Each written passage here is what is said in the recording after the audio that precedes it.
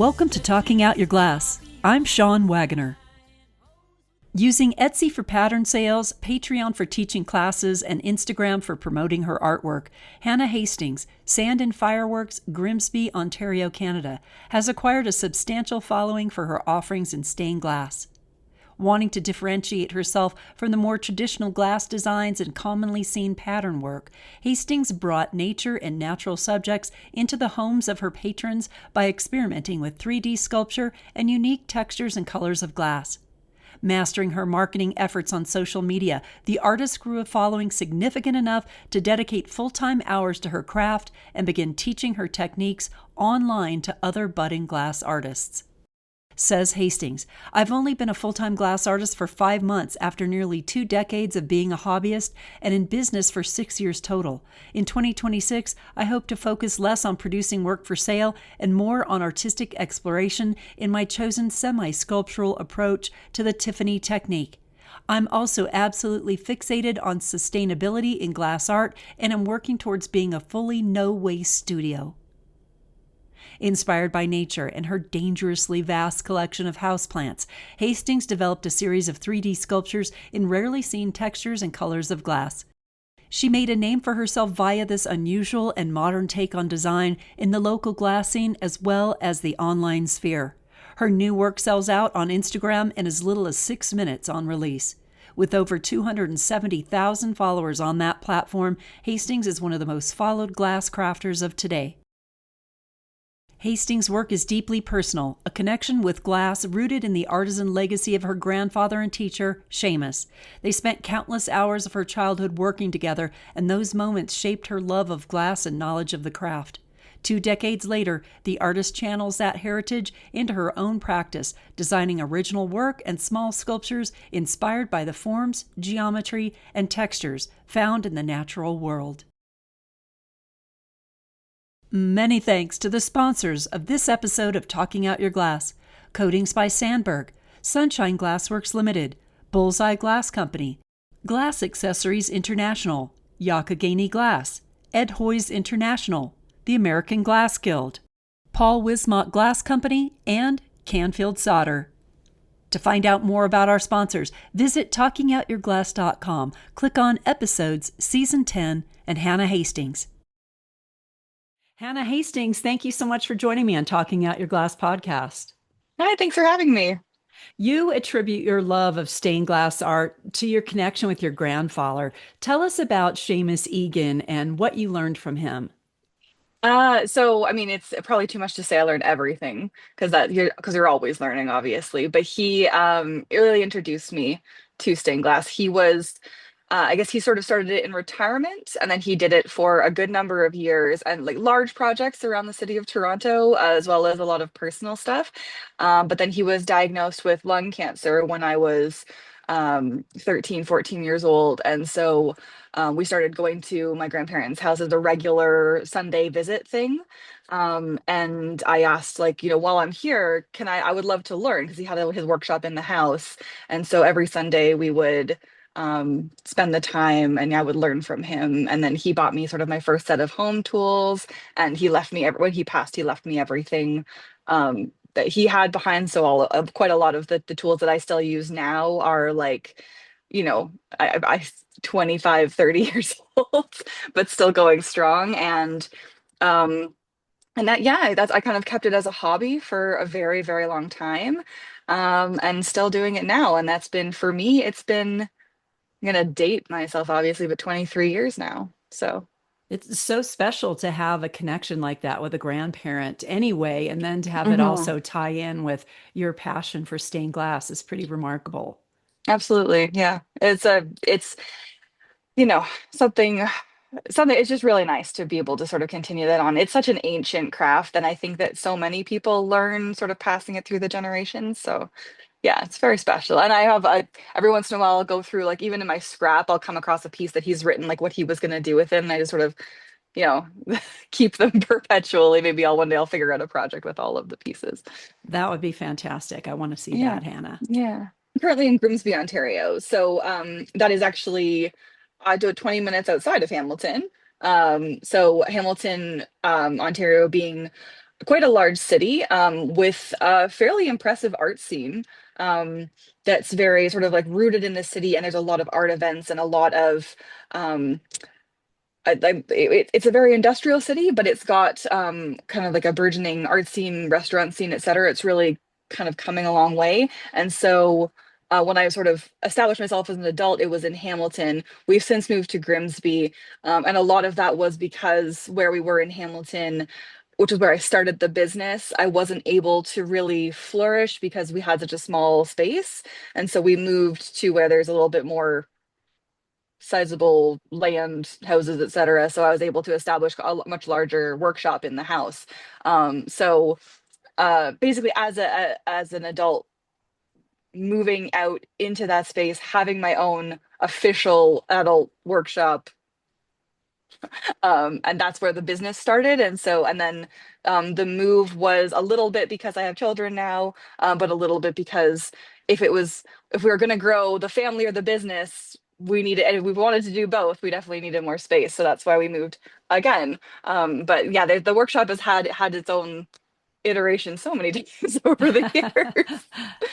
Well, describe and discuss Sand and Fire and your business's offerings. Well, I think I've carved out a little bit of my own niche in stained glass. And I think like everyone did, I sort of started with smaller pieces, smaller sun catchers, repairs, custom work.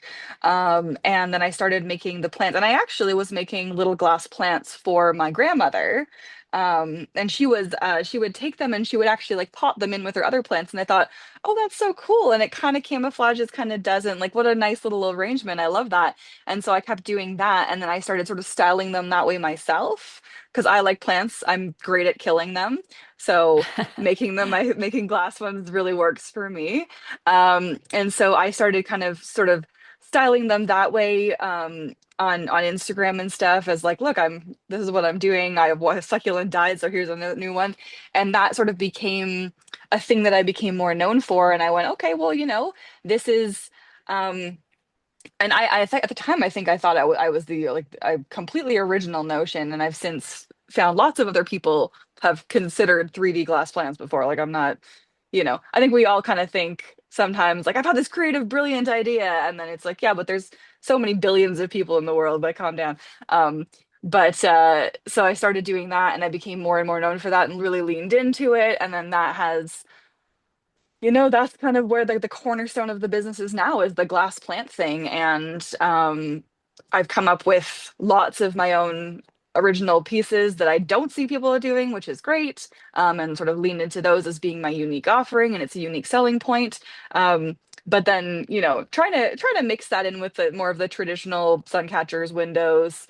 You're always mixing the business side. What do you think is going to sell? What's going to work as a product versus what you actually are like creatively driven by at the time. So it's kind of a hodgepodge, I think. But definitely the glass plants thing is sort of the cornerstone of Sand and Fireworks. And so that's where I really lean in from a business perspective. So, when and why did you decide to start selling your pieces through Etsy, and what did that involve? So, I mean, I didn't actually sell anything for a very, very long time. Like everything was gifted, everything was for friends. And then I was making a large, like logo piece for a sports team, that a friend had commissioned me to make for his boss. So it wasn't even like for a friend, for a family. It was like for, a couple so a couple of personal connections removed from me. And I was doing that because I didn't have the space at the time. I was bringing it to a local glass shop to work on because they had larger tables. So I was working out of that space, sort of like renting the studio space. Um, and I was working on it, and they said, "Oh, this is great. What are you selling it for?" And I told them the price, and they went, "You're kidding. That's not enough money. Like you're good enough to be selling this for like top dollar. What are you doing?" And I, well, like I've been doing this at the time for 16 years. Like you'd think I would probably be pretty decent at it by now. 16 years of practice is a long time.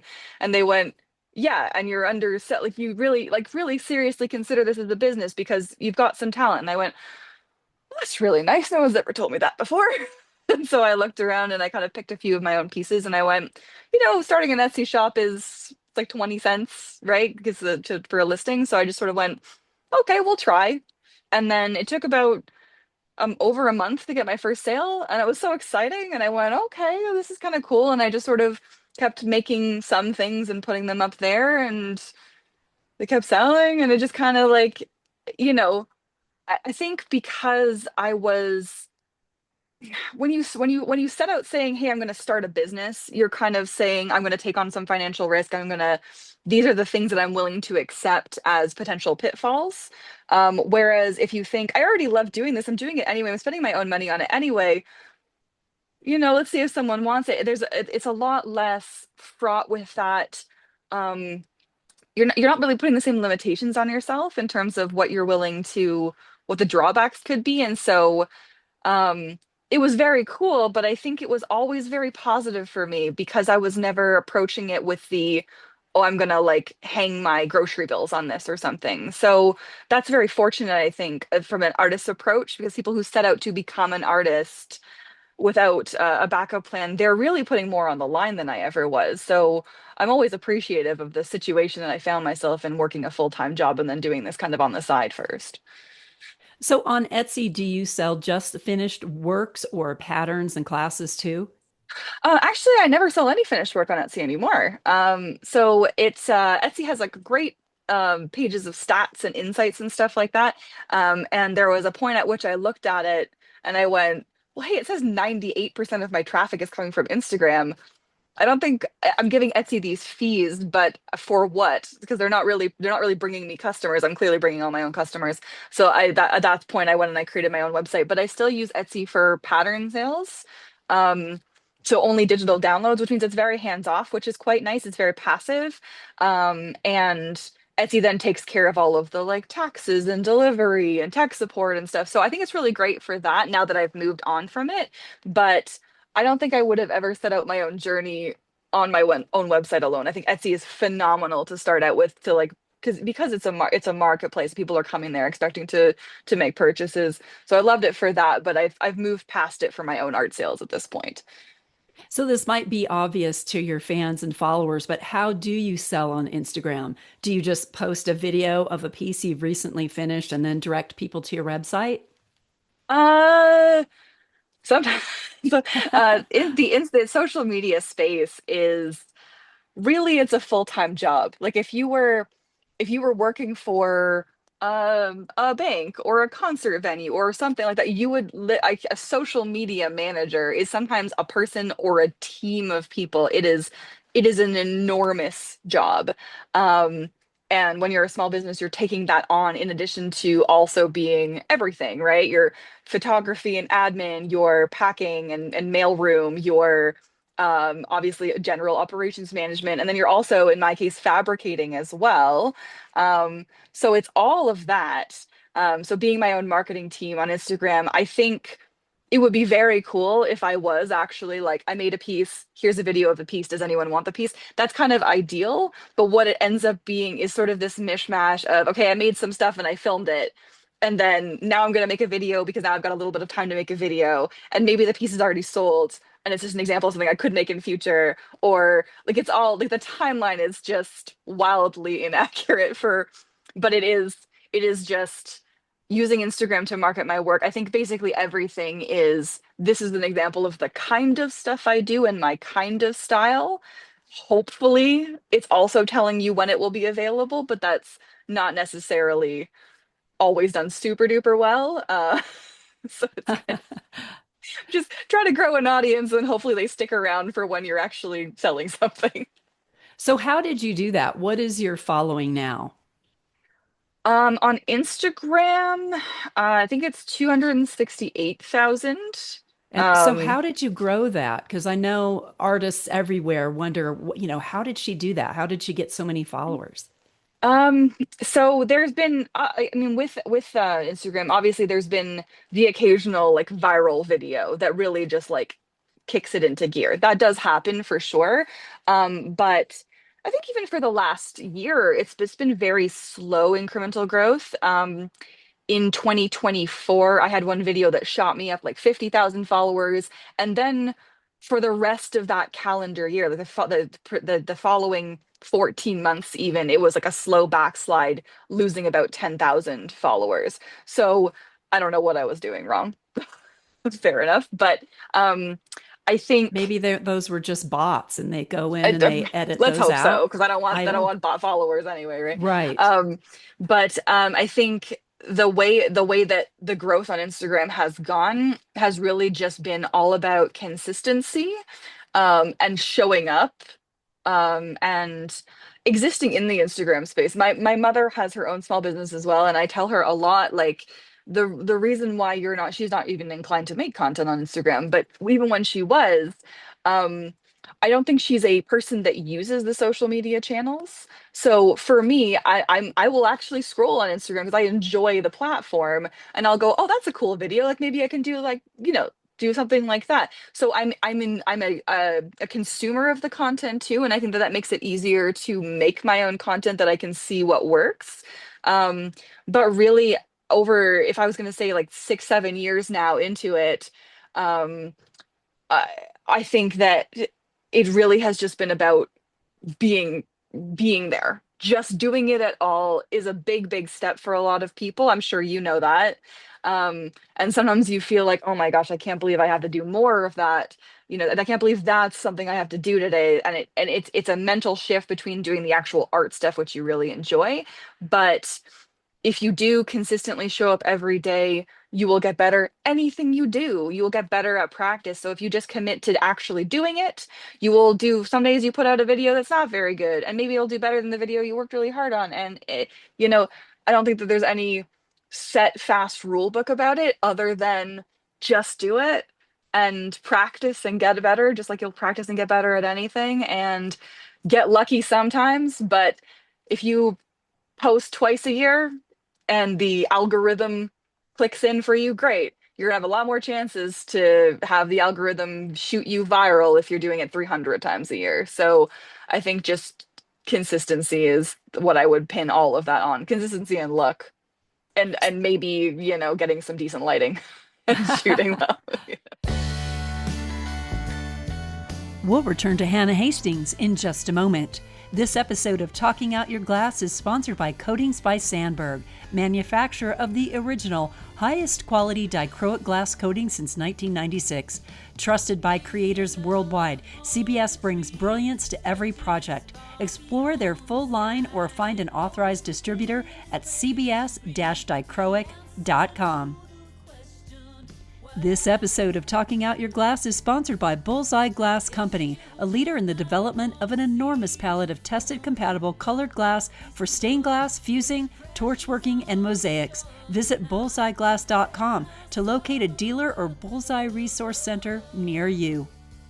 This episode of Talking Out Your Glass is sponsored by Sunshine Glassworks Limited, inviting you to visit their new website.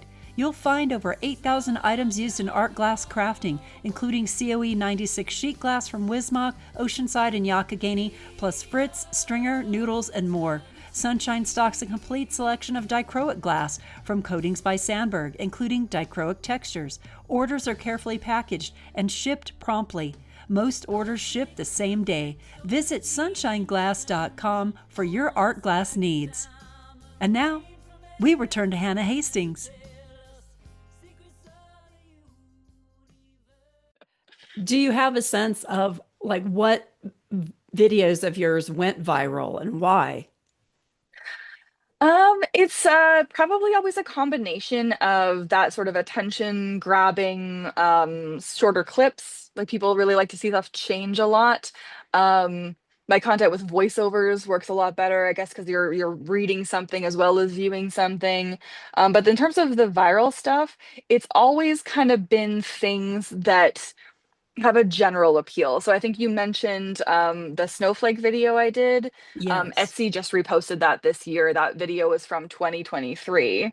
And that went viral because it's really pretty glass. Like, it's dichroic Florentine, it's pretty glass. So it's pretty. It's a lot of, like, really well-timed snaps of the glass and cool sounds and time to the music. It was holiday appropriate because it's a very Christmassy, snowflakey thing. And then at the end of the day, it turns out something that's universally appealing. Who doesn't like snowflakes? So it's kind of a combination of all those factors. So tell us a bit about your online classes. Where do they fit into your offerings and how can people take those? Where do you offer them? So all of the educational stuff I do is on Patreon currently. Um, and I have kind of mixed feelings about that because when I first started posting on Instagram, coming in with a very fresh Instagram account, but also being very experienced, like I said, 16 years, um, I kind of went, I can see other like newer accounts or I can see beginners existing and there's a bunch of things that are like that you might not know you're doing not like wrong is so subjective when it comes to glass art because I think there's so many ways to do it and it's kind of like does it work for you but there are also things that are objectively like I don't know like a hanger on a copper foil line something like that where it's structurally going to be a problem for your piece long term um even that you can see sometimes was being done incorrectly by beginners. And so I kind of pinpointed, okay, here's a bunch of things that I don't think beginners know, things that make your life easier, or things that will make sure that your piece will stand the test of time that I know that. So I put together a set of tips and it was very educational. And from that point, and I did that for like just like a month of every single day, I was like a new stained glass tip. And then my account went from being people who just appreciated art to people who were wanting to learn about stained glass. And so it stayed in a very like free educational space for a long time where I was just posting like, this is the why I'm approaching it this way. I'm doing this instead of this because of this reason. And I would just sort of generally talk about that for a long time. And I really liked that approach. That was very easy for me to handle because it's just me like talking while I work, which is very easy. Um, and then a couple years into sort of being that kind of a space on social media, I went and answering 50 questions a day, which is a lot of time. I kind of went, okay, you know what? At this point, I would like to monetize that. I would like to, if I'm going to continue to answer this much and do this much and whatever, I'll create the Patreon. It's a subscription model, but there's also like a pay per use. So if there's like a specific tutorial, you can buy that individually on Patreon. Um, and I love the Patreon space for creating kind of a community of people. Like I know their names now, I see the projects they're working, we connect in other ways, and I really love that. But it does mean that I've pigeonholed myself into intentionally creating tutorial videos as opposed to just sort of freewheeling it whenever, like what I'm thinking at the time. So it's a mixed bag. It's a really cool way to present educational content in like an evergreen, it's always going to be there way. Um, but it's probably not the best way that I work at being an educator, for if I was to be honest. So I'm getting better. Next year is the year I'm gonna like really focus in on tutorials. Maybe I'll do YouTube. I don't So I'll try. would you say half of your time is spent in content creation and the other in product development and creation? Yeah. So Yes. that is a huge Solid investment of yes. time, huh? It's enormous. It's Yeah. absolutely enormous. I don't think anyone knows how much work it is until they do it, and it is so much work. But it's obviously worth it. And I think like I have my pieces. I stand by their quality. I think that they're clearly someone who's got a lot of practice in this craft has made them. Um, but the difference between if someone could recreate my piece exactly, they can't necessarily market it like I can. So there's, you know, and in the glass world, there is a lot of pattern reuse. I sell patterns, obviously, so I'm chill with that. But there are people that will literally make the exact same thing. So if you can be better at telling people that you've got it available, then you're going to have the edge over a competitor naturally. So I think it's so much work, but it's certainly worth it. And in our online sales world, it's the only differentiator really. So, in terms of your own work, you mentioned a little bit earlier about the 3D plants. You were Mhm. looking for something that would make your work unique and stand out. Mhm. Talk a little bit about your experimentation with 3D sculpture and your incorporation of unique textures and colors of glass. Sure. So I think when you look at like Tiffany style lamps and stuff, there is so much glass that's used. And when you look at the lamp, you get the sense of florals, you get the sense of rocks, you get the sense of these things that isn't naturally in the lead lines of the work. A lot of the time, it's truly just in the glass that's chosen. The glass speaks in natural textures so well and so really naturally, when you use that for plants, it can sometimes really pull that natural look in. And when I started making the 3D plants, I guess it was for my grandmother. But the nice thing about them is that because I'm a plant loving person myself and I want to kind of surround myself with plants all the time, and it's not really indicative when you look at my, it's gross in here, but upstairs where the light is, there's lots of plants. And so whenever I'm making something, even if it doesn't quite turn out, I'm always happy to keep it. So that makes it very low risk. Um, but 3D structure, I think there's so much that goes into it that you don't necessarily see in the finished product. Like I said, talking about supporting on copper foil, when you're working in that, there's a lot of buried wire angles that are chosen specifically to support the weight of the glass in a structure that looks plant-like. Um, Gosh, I go through so much wire. But so there's a lot to it like that where I'm always looking at ways to make it more natural looking, more interesting. And a lot of that is relying on textures of glass that exist that kind of give that impression of plants, give that natural camouflage. So this structure is sort of equally attributable. The overall look is equally attributable to the structure and the glass chosen, I think. And I say that knowing that I've also made things that are sort of intentionally cartoonish. Like I made a bleeding hearts plant, and it was literally glass hearts. So stuff like that. So sometimes you're trying to go for all natural, as much texture that is looking plant, as much structure that's really imitating the plant. And sometimes you're kind of making it a little bit cheekier and taking it in a different, more like artistic interpretation direction.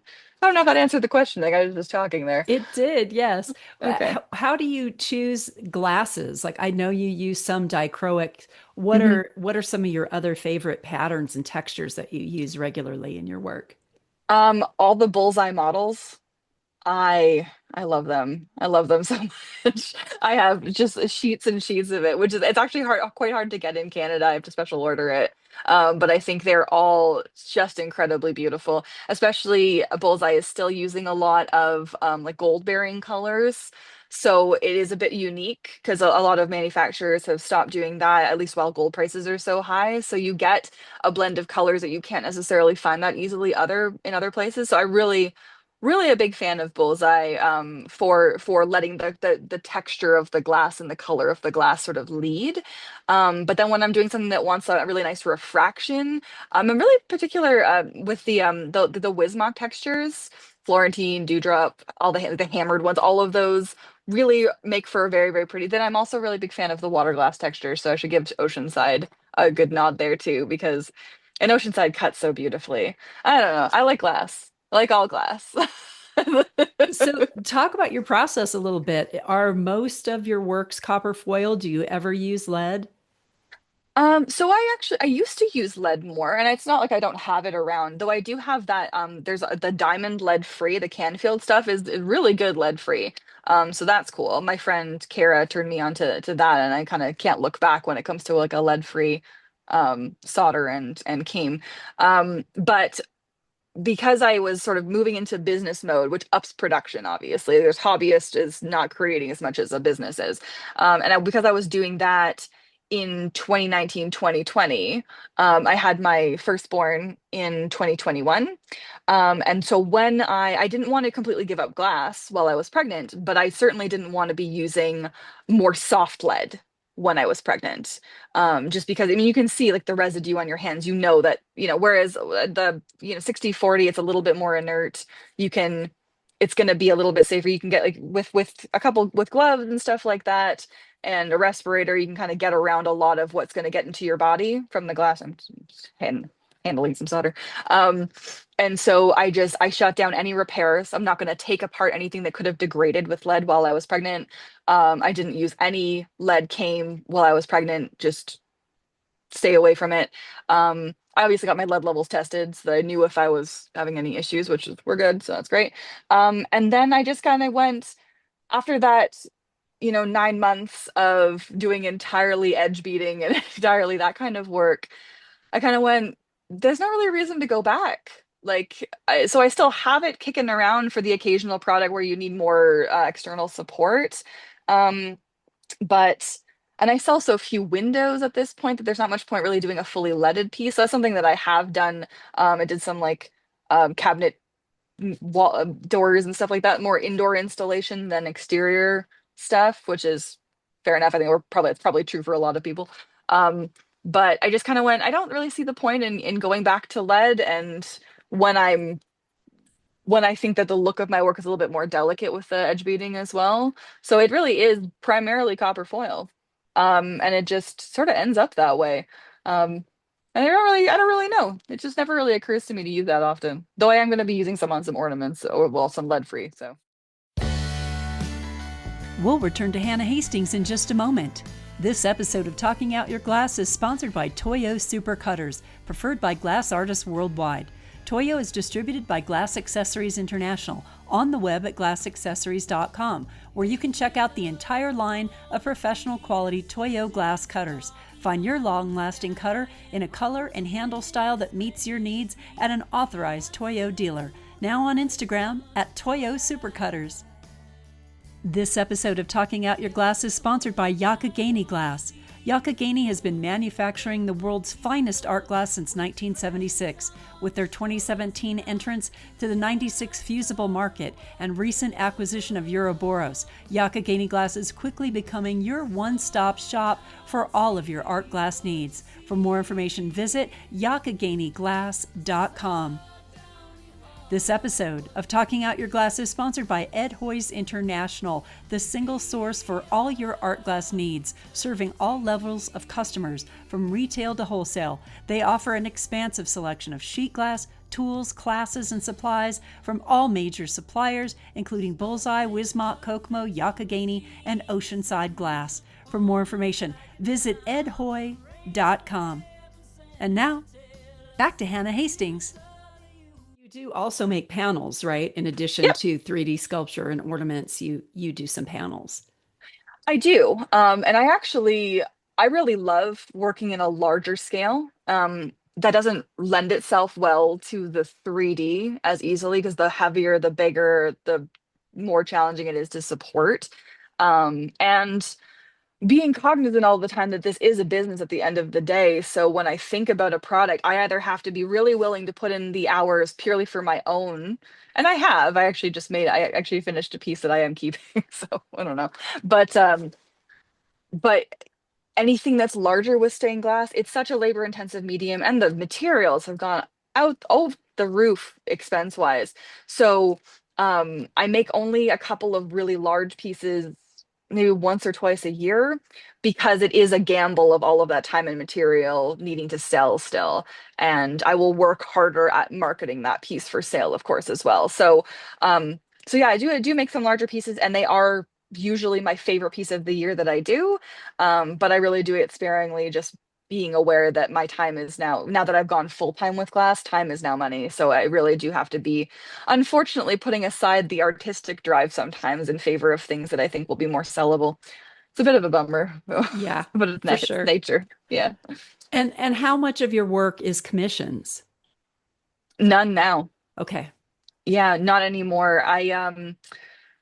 Yeah, I'm not good at them. And by that I mean I can happily make a glass piece that will be what somebody wants. That part I'm great at. The part I'm bad at is communicating. I'm not sure you found that out by communicating with email with over No. to set up the podcast. No, please. I am terrible at emails, terrible at all of that. I am also I'm also like whenever someone's like, okay, well, what kind of I'm really bad at setting boundaries with commissions too. So someone will ask for one thing and then they'll want another thing and another thing, and I'm very bad at shutting that down. I'm just bad at the whole admin side, both from my personal limitations and boundaries. I'm bad at pricing commissions. I'm bad at all of that. So I've embraced that it's a limitation for me, and I just don't do them anymore. Talk about a little bit about is it called Wazer or Wazer? Wazer. Oh, sorry, my Yeah. alarm. It's a Wazer. Tell us about the Wazer desktop and how it impacted your process and creativity. Wazer, so it's a very cool machine. It's really cool.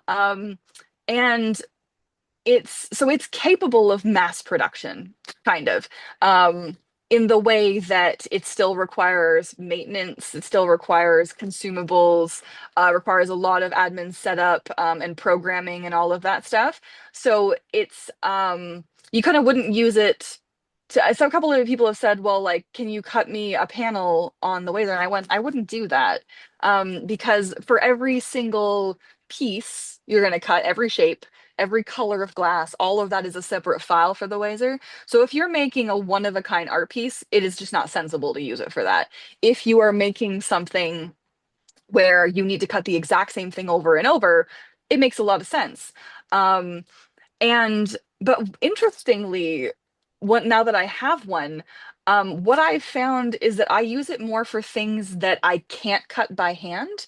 And I've also never owned a saw. So when I say can't cut by hand, I mean saw style cuts were always inaccessible to me, which is fine by me. It was always fine by me. But I got the ways and I went, oh, I can cut like really cool shapes. So I cut like these little tiny, that's like a single piece Yeah. monsterly that I then fuse so that it's like structurally sound, right? Because the annealing, it's going to harden the glass. So I've cut now, so I kind of use the laser more for like projects that are impossible to be hand cut more than I use it for mass production. Though now that we're in ornament season, there's a couple things like, I'm doing these snow globes. I'm going to hand cut all of the globe part because I'm etching it, but then all the bases, it's literally going to be like 20 of the exact same single piece of glass out of the same glass. I'm going to use the laser for that because it's there, right? And I think that that's kind of where it makes the most sense. So a few people have kind of have in my comments and stuff when I talk about it, they're like, "This is cheating. This is not done anymore." And I'm like, do you know that there's the rest of the stained glass process? Like, there's so many more steps, first of all. But second of all, it's not artistic for me to sit here cutting out 25, 50 of the exact same shape either. Like, it is a cutting skill. And in fairness, cutting glass is my favorite step of the glass process. So there was never going to be a time that I was going to always let a machine just take that because I love it so much. But I also don't think that there's a lot of artistic value in like the repetitive motion. And I also I got tendonitis earlier in the year. And I was kind of like, oh, it's so nice that I don't have to I don't have to aggravate my injury. So it's a very interesting machine and it's very cool to have it in the shop. And for things like I sold kits recently and I cut all of those on the laser because I was cutting the same thing over and over and over, like all the same pattern. And I think that that's really where it can have a lot of strength because if you're to sell pre-cut glass kits and you're going to put all the labor, all your human labor into it, it's going to be a lot harder to see a profit margin. So I think that that's really where I'm going to probably lean into it going forward, is that kind of a thing where I can now share patterns that I know people would like to make my patterns, and maybe they'd like to make them just a bit more easily, take those steps off their hands. It's perfectly fit together, which, as we know, is a little bit that's the hard part of getting like really nice fits, is the hard part of cutting. Um, so I think that there's a lot of merit in using it for that. And so I think that from a business perspective, it's got a lot of promise in expanding what I can offer that way. But my relationship with it as an artist has been very interesting because I was always like, but I don't want to let you do all of the fun stuff for me. Well, are there other tools or supplies that you work with regularly that make your job easier or more fun? So this thing behind me, that white thing, Yes. so that is a laser. There's another, I don't think you can see it. It's another laser over there in the corner. It's green, that thing. And then I have another, I have three lasers. I love lasers. Laser etching has been the thing. So I can make plants all day and they're cool and structurally they're cool and the glass does a lot of the heavy lifting on on the interest. But one of the things that I always wanted to be able to do was paint plant textures onto the leaves and stuff like that. And I am terrible at painting. I'm a glass artist. I'm not a painter. So, but what I could do is I can digitally sketch, um, and adjust because digital lets you like erase infinitely and move infinitely and be really satisfied with it. And then I use the lasers to etch the designs onto the glass. So where painting could I could sit there hand painting terribly for a very long time, or I could do the digital design, etch it into the glass, and then use that etching to add paint, and then I kiln fire the paint. So I get things like these really intricate, oh, where's my camera? These really intricate glass like paint textures that I think give a lot more plant-like life to what I'm doing. And because it's not me sitting there for hours painting, it means that I can add really cool things to my plants that aren't adding 60 hours of labor. So it keeps it in the same kind of like price. So it's always about business, right? Keeps it in the same price point, but it makes it a lot more interesting, makes it a lot more unique, makes it a lot more special to me, I think. And so that's I've been loving that about the laser etching stuff. I think it's really, really cool. Um, and it's been a really cool opportunity. And I keep doing more and more and more different stuff with the lasers and kind of seeing what can happen. One of them can cut metal. I've been doing metal components that I've added to like the plants and to butterflies and stuff. And so I love those tools. Those are really cool. They're really fun to use. They're very weird and they're very hard. The learning curve is bananas, but they're really fun. So it sounds like a lot of times process inspires design. Are there other things that inspire new designs for you? Looking around mostly. I think um I used to sort of like scroll around and look for cool plants and cool different animals and weird colors on stuff. And I would sort of scroll Instagram looking for like, oh, and there's blue roses and there's like these crazy colored butterflies and there's like a iridescent bird. And so just kind of exploring the world, I guess, from my computer, not necessarily physically, because who has the money and time? But unfortunately, AI has kind of ruined that a little bit because they'll be like, "This is a rainbow rose," and I'm like, "No, it's not. No, it's not real."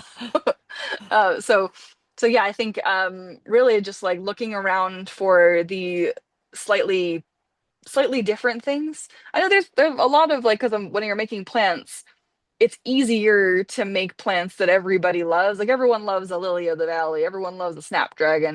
There's plants that are beloved plants. Everyone loves a rose, a poppy, or whatever.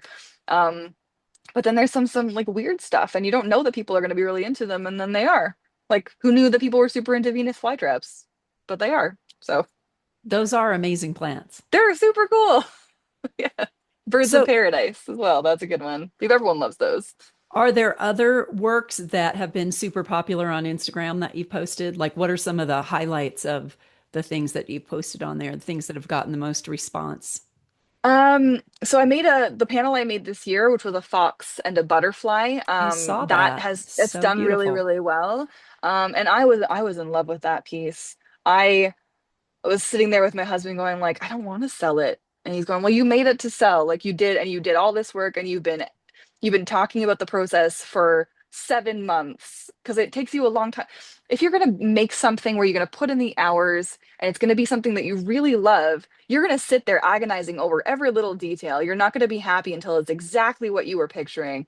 So the design process takes so much longer than you would when you look at the end product, you're like, well, how long did it take you to draw that? It's not just like sketching it out. It's a lot of decision points on every little thing. And then you've also got to make it glass compatible. And like I said, I hand cut everything. So it's also got to be like compatible with the way glass wants to behave. Um, and so when that piece was done, I was looking at it like, no, I'm in love with this. This is one of my favorite things I've ever made. But I did sell it, so that's good. Um, so that one, but in terms of like, I don't know that there's been so many things where the piece itself is what social media got really interested in so much as like one of the videos I did last year or the year before was a video where I kind of said like you're seeing these because you can't keep plants alive. And a lot of people responded to that because they're like, hey, why are you calling me out? So sometimes it's like the little mini story behind social media that's kind of getting people interested in it. But I think for the most part, anytime where I can show like the like refractions in glass, like beautiful sort of chromatic shadows in glass, and like that kind of a thing, and sort of really showcase why glass is so beautiful, those pictures tend to do pretty well, I think, for social media. People, people love color and light and a nicely balanced photo. So those they tend to do pretty well. So, what's coming up for you in 2026, Hannah? What new lines are coming up for you, or what events?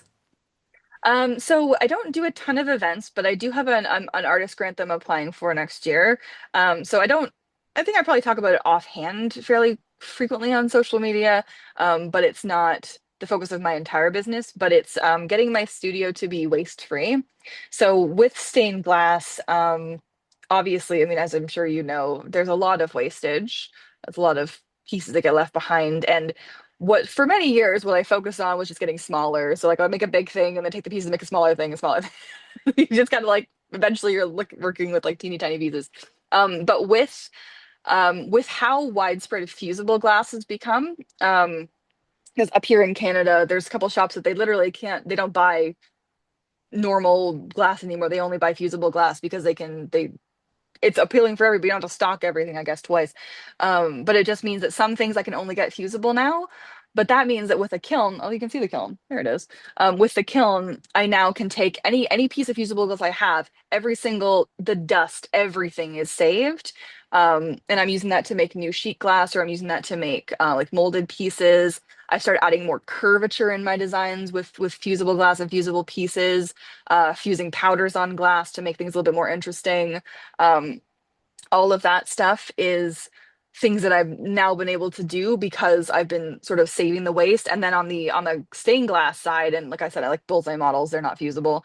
For those, I tumble the glass, and so I'm using those in like kind of to do a whole mosaic piece. So I have a whole large scale project of tumbled glass mosaic that I want to do. But basically all of that is to get my glass studio to one day be waste free. So reusing everything, which is a little bit harder with lead, but reusing everything so that all the glass comes in, none of it goes out. That is a huge goal of mine. Because it's the one thing that even when I was a kid, it was uncomfortable with me. And maybe because as a kid, I was also taking my allowance and spending it on a sheet of glass. Like, that's a big ask for a 14-year-old. So I was always like, well, I can't throw any of this away. And I think that that mentality has stayed into adulthood. And now, even though I'm kind of like, okay, well, I've got more disposable income now, like you don't need to hoard everything, but it's still in the back of my head of like, I hate throwing this stuff away. All of this is good. All of it's usable in some way. You just got to figure it out. So that's my 2025 goal, is to one day get to a glass waste free glass studio. We'll return to Hanna Hastings in just a moment. This episode of Talking Out Your Glass is sponsored by the American Glass Guild. AGG is a nonprofit organization whose core mission is to work toward building an environment within the craft that both cultivates novices and facilitates experienced craftspeople and artisans to attain a higher level of expertise.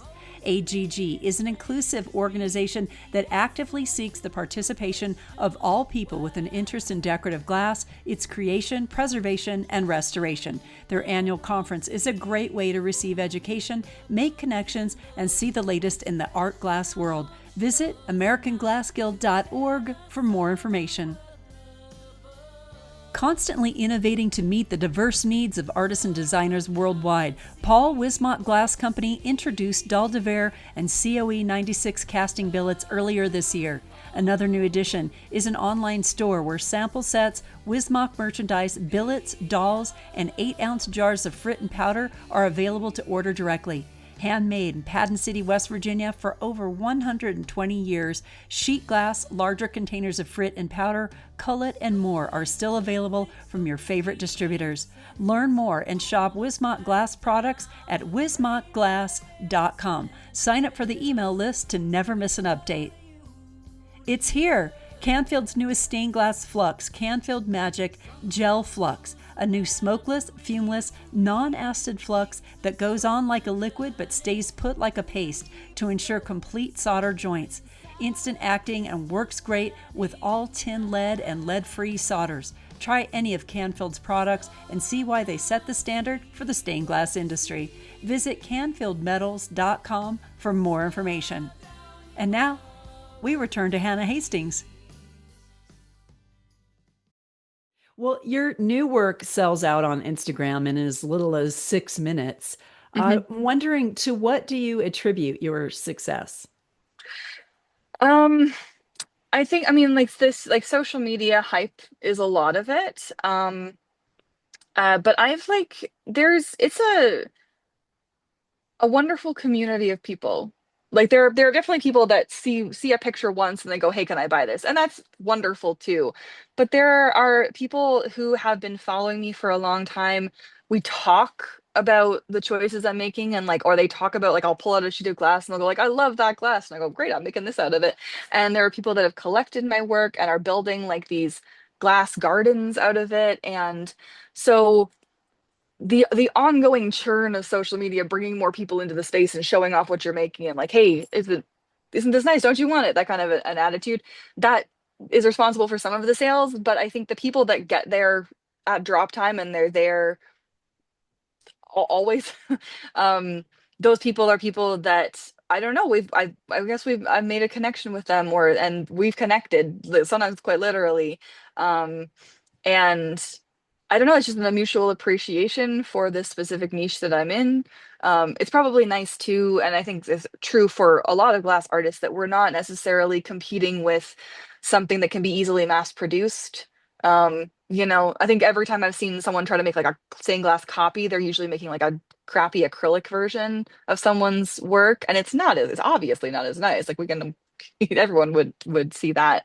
So that's the nice thing about stained glass, is because it is naturally lends itself to being handcrafted. It naturally lends itself to scarcity and originality, and all of that comes with a demand for that art. I like there's, I mean, I've purchased a lot of glass art from people that I followed on Instagram when I'm just in awe of their color sense, or I love how it's usually color sense, actually. It's usually the design itself, where I look at that and I go, "Oh, you just got an eye for this. Like, that's beautiful."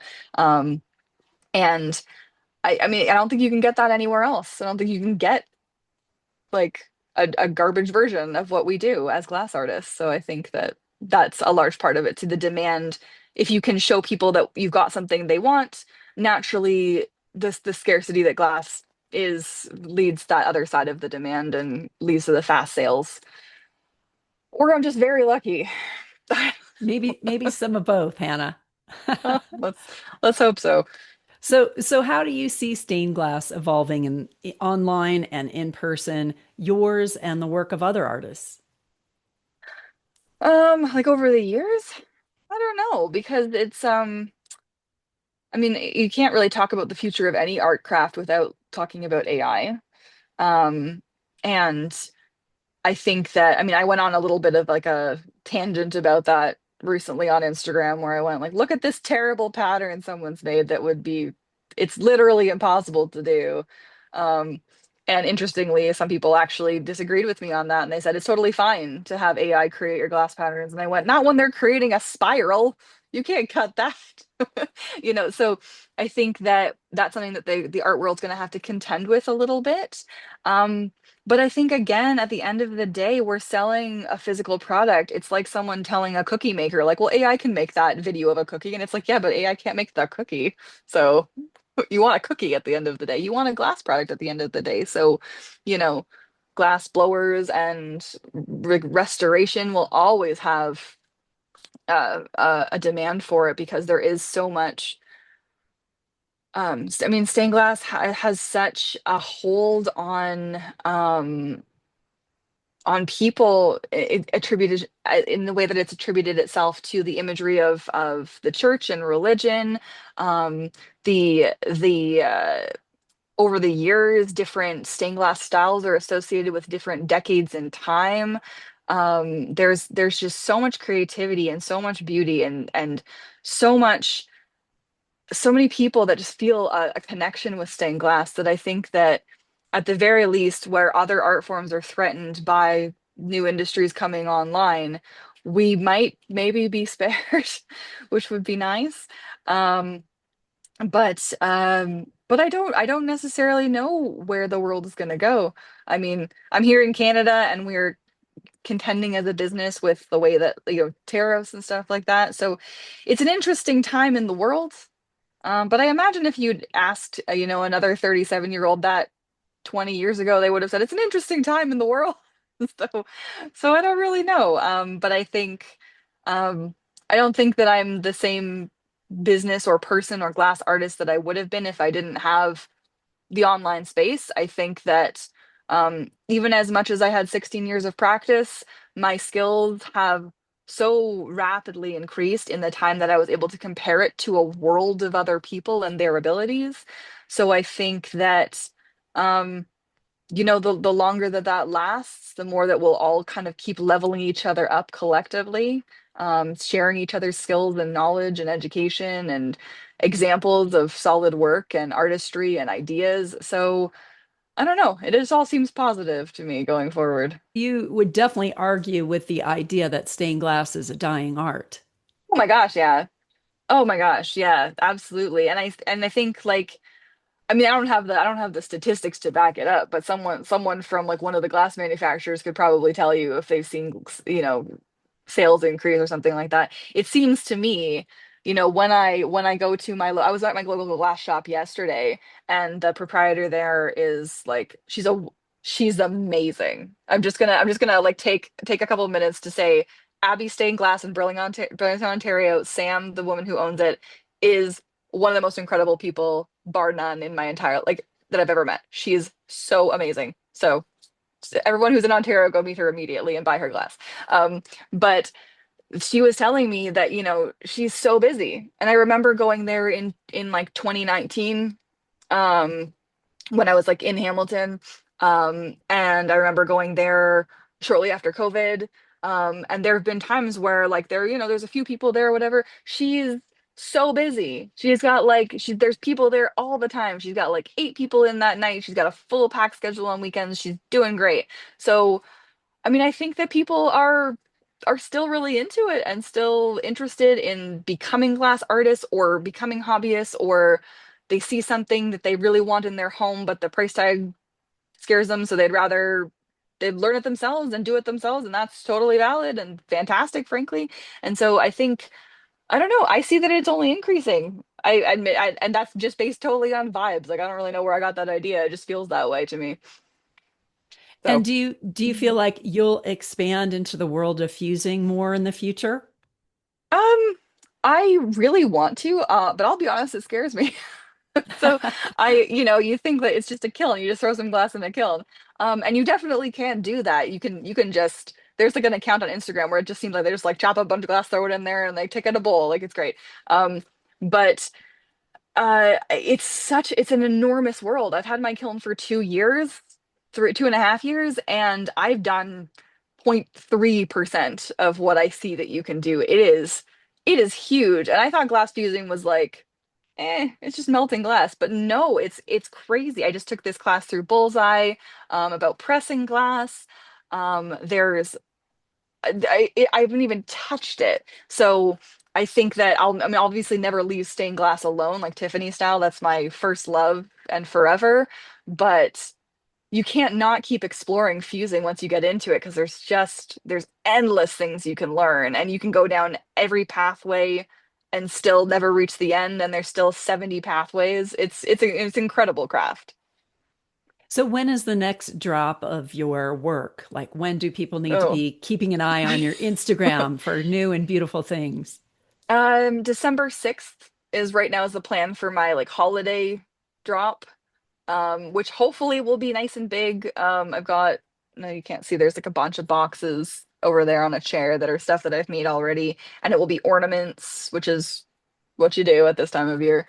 Um, and then that's supposed to be my big drop of the year, and then I'm supposed to take a big break, where I'm hoping to take December and do like projects that I've put aside because I went like, oh, this is just something I was playing with. It's not necessarily marketable, or like ideas that I want to experiment with all the various tools in the shop. All of that I'm saving for December. So I'm really hoping December is my time to like R&D and creatively explore. But yeah, December 6th, that's when I'm actually going to ideally be done selling for the year, hopefully. Well, thank you so much, Hannah. I'll definitely be looking at your Instagram on December 6th, and everyone else should too. And follow you on Instagram at Sand and Fire.